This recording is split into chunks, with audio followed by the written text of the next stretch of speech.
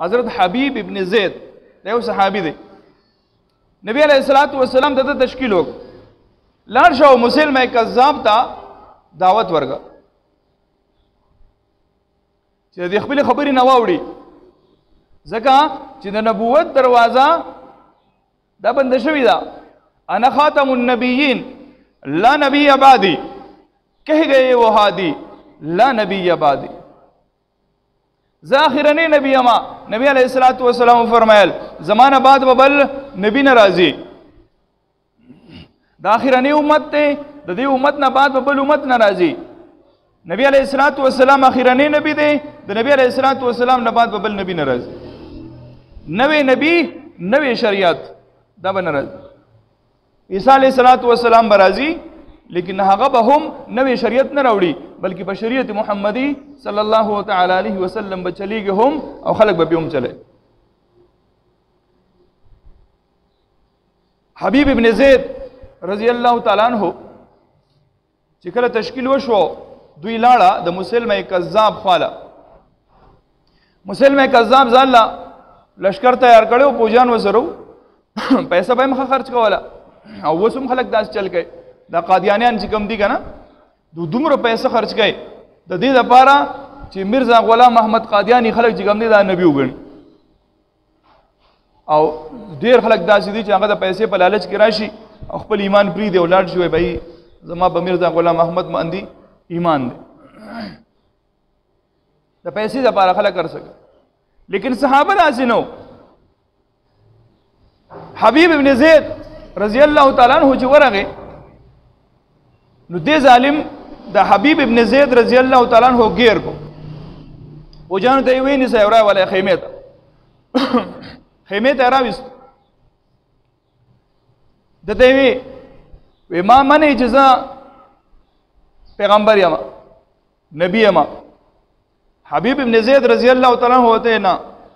سوال نشي پیدا کیدی، ز صرف محمد رسول الله صلی الله تعالی علیہ وسلم دا اللہ نبی و پیغمبر منما او خاتم النبیین منم. بده خبر ځان پوهیږو ها، خاتم النبیین نبی علیہ الصلوۃ والسلام اخرنی نبی دی، د نبی علیہ الصلوۃ والسلام نه بعد بل نبی ناراضی. که څوک دته وای دا کافر دی مسلمان نه دی، وینا منه ما وینا ویسم لوای. حبیب ابن زید رضی الله تعالی عنہ یې سملو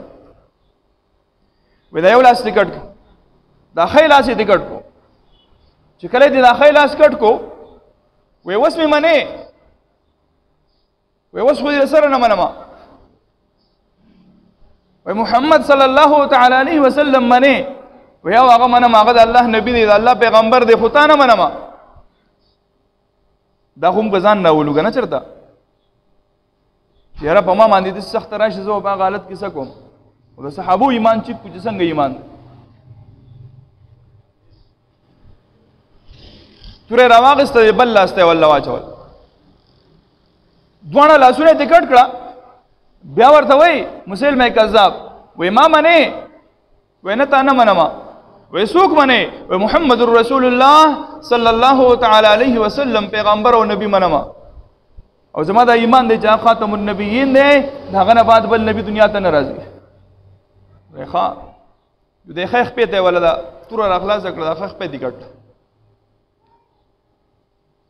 وای ما منه وای نه وای څوک منه وای محمد رسول الله صلی الله تعالی علیه وسلم منم چې الله پیغمبر دی، د الله نبی دی او خاتم النبیین دی. دا بل خپل دیم کټ وس مونږ لږ تصور وکړو، لږ دی واقعیت د حقیقت په نظر وګورو. یو انسان ته تکلیف کیږي نه سخت ده پی نو دې د خپل لاس وړه قیمته تکلیف ده سخت ده را باندې د لاسونه پنځ کې د زور وږي وزاغه غریب لاسونه هم نشتا د لتی وټه سړی خپیم نشتا صرف بوټه ده او ایمان ته ګورا مسلمه کذاب وته وای وای ما نبی منه الانکه ګوره شریعت حکم داده کدا سي حالات در باندې راشي نو د ځان د بچګولو لپاره په دغه ټیم کې دروغ ویلې شي بیا وروسته خپل ایمان تازه کړه.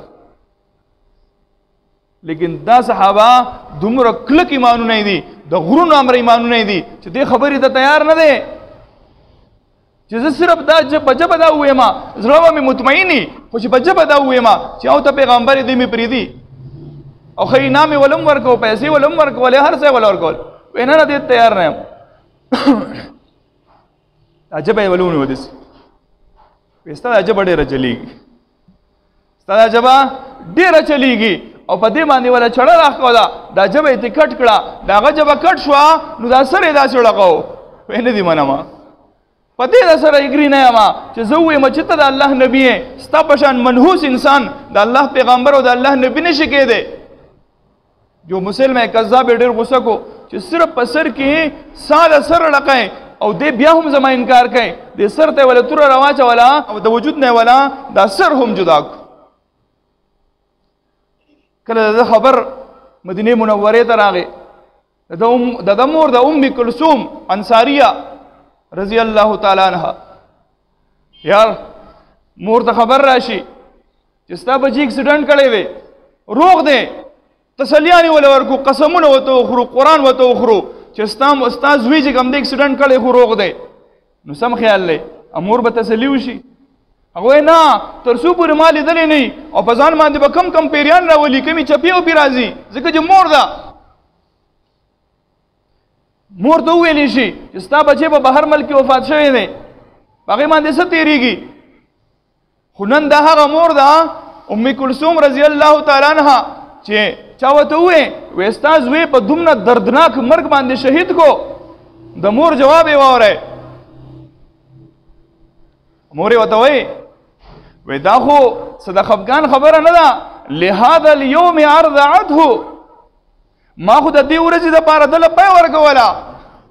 د دې ورځې دپاره مې لویوو چې دی د نبي علیه الصلاة والسلام په ناموس او د نبي علیه الصلاة والسلام په عزت باندې قربان شي د دې دپاره ما دله پی ورکوله